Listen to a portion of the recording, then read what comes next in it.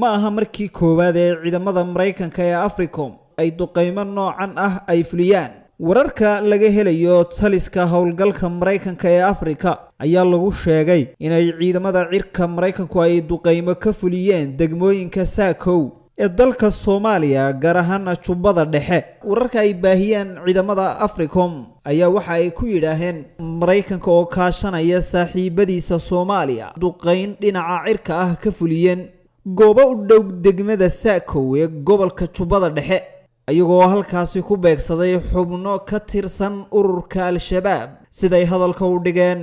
waxaana sheegeen inay ku dileen sarkaal ka tirsan ururka Al-Shabaab iyagoo mid kalena ku dhaawacay, laakiin maanay sheegin mana aanay caddayn in khasaare dadka bulshada ee rayidka ay halkaasi degan uu ka soo gaadhay iyo in kale. weerarka ayaa imanaya xilli Mareykanku uu sheegay inuu isku diyaarinayo inuu ciidamadiisa kala baxo dalka Soomaaliya.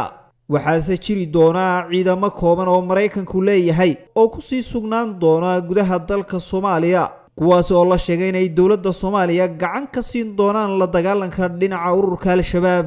balse duqeyntan ay maanta ciidamada Mareykanka ee Africom ay sheeganayaan ma noqonayso tii ugu horeysay. waxaa jira duqeymo hore ay ka fuliyeen gobollo ka tirsan dalka Soomaaliya, kuwaas oo ay dib ka soo baxday khasaaraha bulshada rayidka arrintaasi ka soo gaadhay. Cali Maxamed Jaamac, علي فهد، warbaahinta صاع هرقيسة. hadal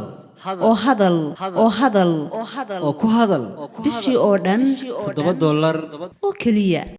haddaba si aad ugu shubato adeega kaafiye fadlan garaac xidig 8 eber 8 afargees ama xidig 2 eber 2 tayo waa Telesom.